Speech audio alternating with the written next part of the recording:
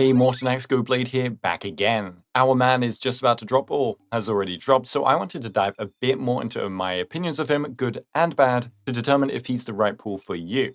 I also want to talk about more places you could run him in that I don't want to stall the main video for. But real quick before we start, and if you're looking to top up for your favorite characters, well, Loot Bar is finally back.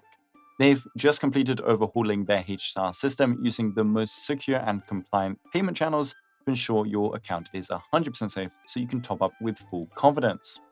The process is very simple and quick, no login required. All you need is your UID and server, and the shards arrive almost instantly. 2x top-ups still work if activated through Loot Bar top-ups, and they give out occasional coupons to save on money. Plus, they have 24/7 customer support if anything messes up. But they don't just do HSR, they do many different games, and they even have CD keys for games. So if you're interested, use my link below and the code on the screen for a discount. Thanks, and back to the video.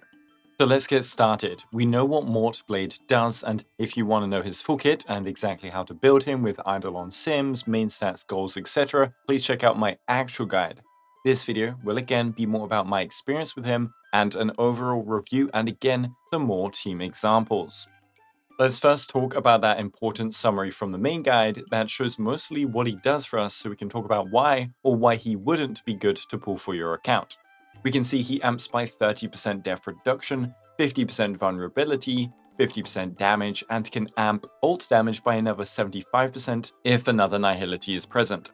With the first 3 alone, he is one of the strongest Generalist amplifiers in the game, and for ult specifically with a Nihility in the team, he should be the highest. Now, if they don't care for damage percent like Evanesia, that's a different story. But as we know, utility is key too. Blade can taunt enemies, he increases aggro regardless, and takes reduced damage during his zone state. This lets him slot in as a pseudo sustain. It's scarier to run, of course, than modern sustain units, but with the added power he provides amp and damage-wise, you'll clear faster than with them anyway, that's the whole point. And yeah, he also does damage. The more team-wide buffers you have, the better, and even on a tutorial win setup, he can pump out damage if you care to build for it. So a lot of people will liken him to Tribby. Tribby on release felt similar as a powerful generalist with damage, and Blade then on top has survivability utility. So kinda mega, right? But as we then saw with Tribby for most characters, there was a new support that came in and took her spot. Castris got the mono rem team, Archer has E2 Robin from the shop, the whole generic hypercarry team isn't used. Her E1 ups her priority of course and lets her slot in as better options, but the point is, they like releasing bundles. Ashveil Blade is one example of a highly synergistic duo that I doubt will ever have Blade being replaced. In the past we had Dot, where Black Swan still needs Kafka. We have Archer that desperately wants Sparkle. We have Firefly and Dahlia. Some are more extreme than others, of course. So although it's good to have a generalist, if you're the type of player that alls in on a specific team, and Blade isn't an obvious best in slot like Acheron or follow-up teams, then his value drops. Especially the longer you've been playing this game, as even if they're usually weaker than Bladey, we have plenty of generalists already. I think Blade also has similar weaknesses to Tribby, their power in non-AoE. Now, luckily his best teams use Ashveil, who shreds single target, but we knew since Tribby's release that she wouldn't shine as much when dropping to low target counts. The same is kind of true for Blade. His damage, just like Tribby's, drops a lot. His big ult is most of his damage, and that's an AoE attack. His charge count drops a lot as we don't have 5 possible dudes attacking Bladey. Charge count then dropping means less follow-ups, less energy, less ults, less damage. But this is all mostly damage for Blade. Tribby loses ult procs for dance advances, and Blade can't equip dance or the game would EOS, and his ult isn't needed for any cones except reapplying debuffs from cones if anything, which isn't too major. And in fact, a lower target count fight could even mean he's attacked less, or the team in general, which does hurt charge count and his damage, but it makes running his pseudo sustain position much easier as a pro rather than a con. This does of course drop his battering potential significantly for Acheron and Ashveil, but he's still by far the strongest in those comps anyway. So yeah, as a summary, the lovely OP Generalist third slot is a really nice thing to have for his non-BIS teams, But you might have good supports already that work fine here, and HSR loves bundling characters with each other, so he could get replaced outside of his non-best teams like Acheron and Ashveil. On top of that, he already isn't going to replace someone like Cyrene for Maide or Anaxa, Ceridra for Finan, you know? For an Acheron team, he is by far the most important thing to pull and completely elevates her to being one of the strongest DPS in the game again. I'd say in the top 6 at her max potential. For Ashveil comps, or facial Ashveil comps, he's also a very important pull in my opinion and experience, with Ashveil being a top 3 DPS when combined with Blade. Now, let's talk about the real part he can shine in, the 4th slot, your sustain slot.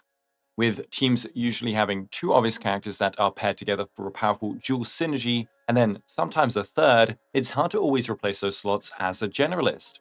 For example, Evanescent, Yaoguang, Elation MC that I briefly showed in the previous video.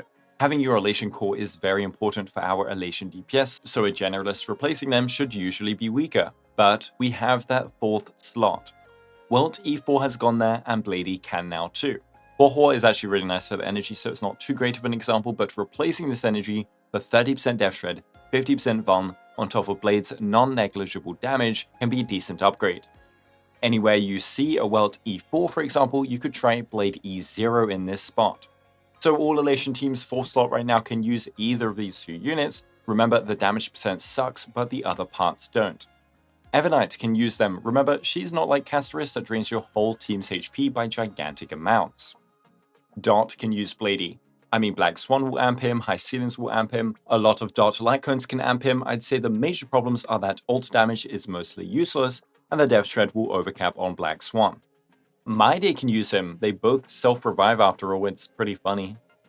Saber can use him, she's an ult carry, and so why not try the Welt Blade core to help even more with sustaining, whilst also enabling the 75% damage buff. You can plop him in an Archer team if you like. Now, a couple of these he can go in as 3rd slot options, but yeah, you can see how often we could use him in the 4th slot. I think you get the point though, the 3rd slot's utility is amazing, generalist options are always comfy, but if you have the confidence to run him in your 4th slot, he's an amazing pickup as he can slot into so many more teams as their best unit or 2nd best unit. But on the same note, I feel like a lot of the glades might be because of this sustainless utility, and players that aren't comfortable doing so, again, will see a drop in pool value. If you need another summary, I would pull Blade if you want Acheron to be revived properly, not the Cypher or E2 Silverwolf bump she got, a proper upgrade. I would pull him if you run Ashveil. I would pull him if you need a generalist support as he is one of the strongest, but remember, we have plenty of units of this archetype already. And I would pull him if you need a pseudo sustain support as he is one of the strongest and one of the only units that can bring this much help to survivability. So a lot of reasons to pull, but remember to evaluate your teams and what you need before getting FOMO'd up and pulling like crazy. Play and spend responsibly, guys. Anyways, if you are pulling, let me know what team you plan on running him in. Thank you so much for watching, as well as to my cool YouTube members, and have a Guoba day.